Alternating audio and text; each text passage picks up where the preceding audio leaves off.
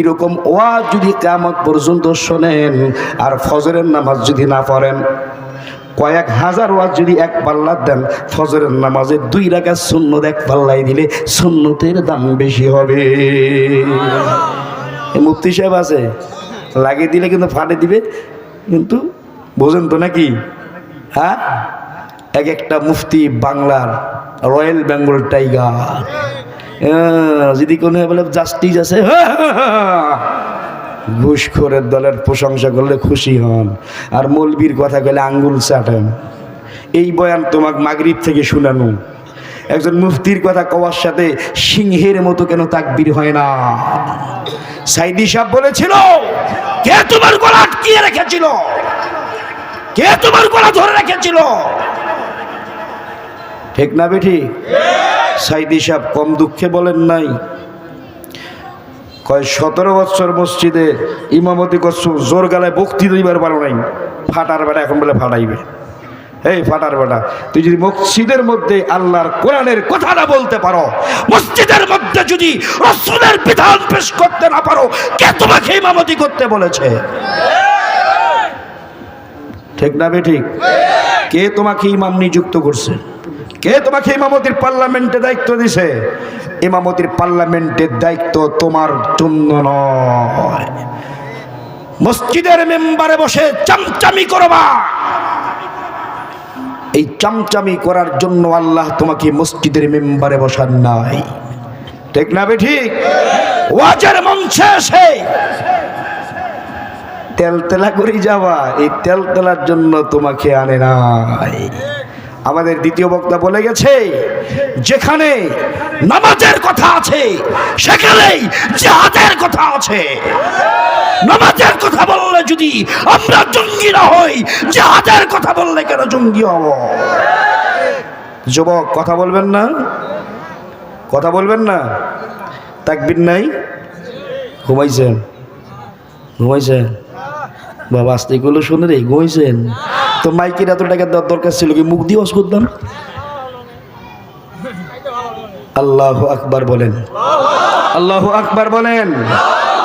একটি জিনিস আজীব, এইখানে আগে গান বাজনা হইতো, নাটক হইতো, ফাটক হইতো, আবুল সরকারের মতো ফাউ দিয়ে আল্লাহর কোরআন নিয়ে এসে আসছি। কি হুজুর, তোমরা ওয়াজ করিবেন নাকি? কথা কন না, ওয়াজ করিবেন তো আইসো, সুবহানাল্লাহ কোন, আলহামদুলিল্লাহ কোন।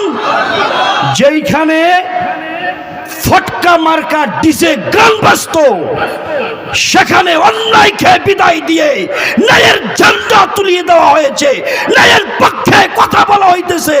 এর চেয়ে আর আনন্দ কি হতে পারে? বাংলাদেশের মা বোনেরা জ্ঞান করো আর জ্ঞান, বর্তমান যুগে তোমার দাম কমিল কেন? বাংলাদেশের মা বোনেরা, বাংলাদেশের মা বোনেরা জ্ঞান করো আর জ্ঞান, বর্তমান যুগে তোমার দাম কমিল কেন?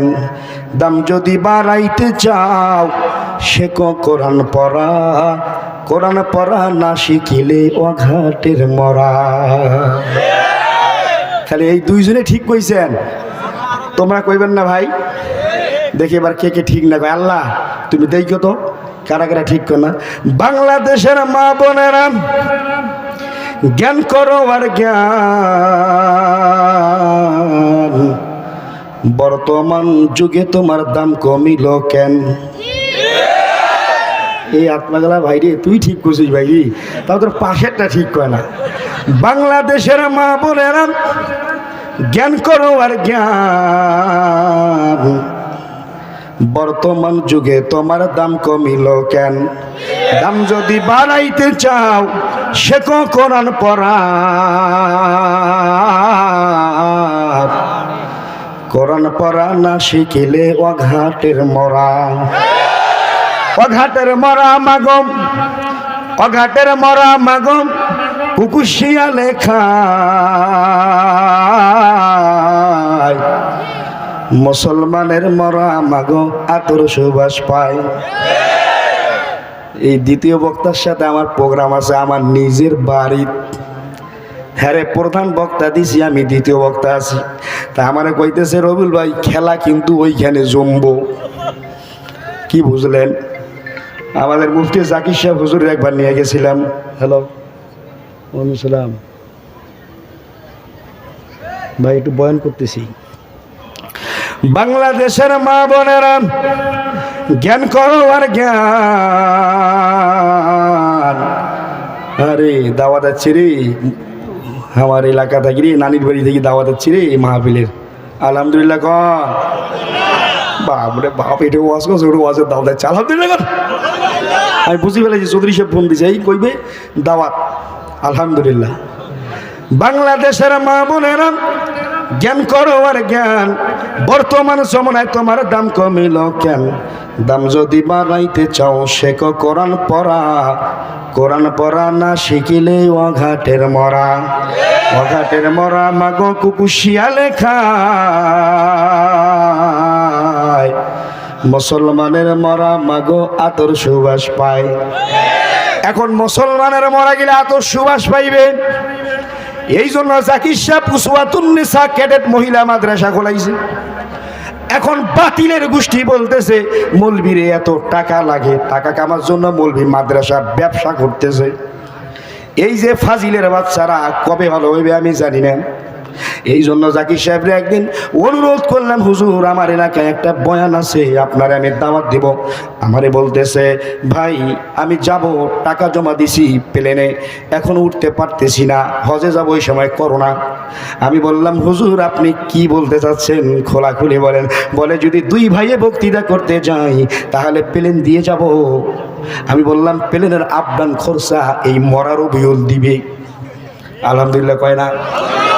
এ জাকির সাহেবের সম্পদের কাছে আমি মরা আইসে, হুজুর আইসে, আমার ওয়াজও গেছে। ওইরকম আলেম দেখলে ওয়াজ থাকে নাই, লাইন বাঁকা হয়ে গেল। তাকবীর দেন, লিল্লাহি তাকবীর। হুজুর না আসা পর্যন্ত আমি আপনাকে ধরি থেকে চাইছিলাম, তা আলহামদুলিল্লাহ অনেক লোক চলে গেছে, কিছুটা ধরি রেখেছি। হুজুরের আগে হয় নাকি আল্লাহ জানে। যাই হোক, হুজুরের সুরিত কণ্ঠে আমরা ওয়াজ শুনবো ইনশাআল্লাহ। নারায়ে তাকবীর, নারায়ে তাকবীর, নারায়ে তাকবীর।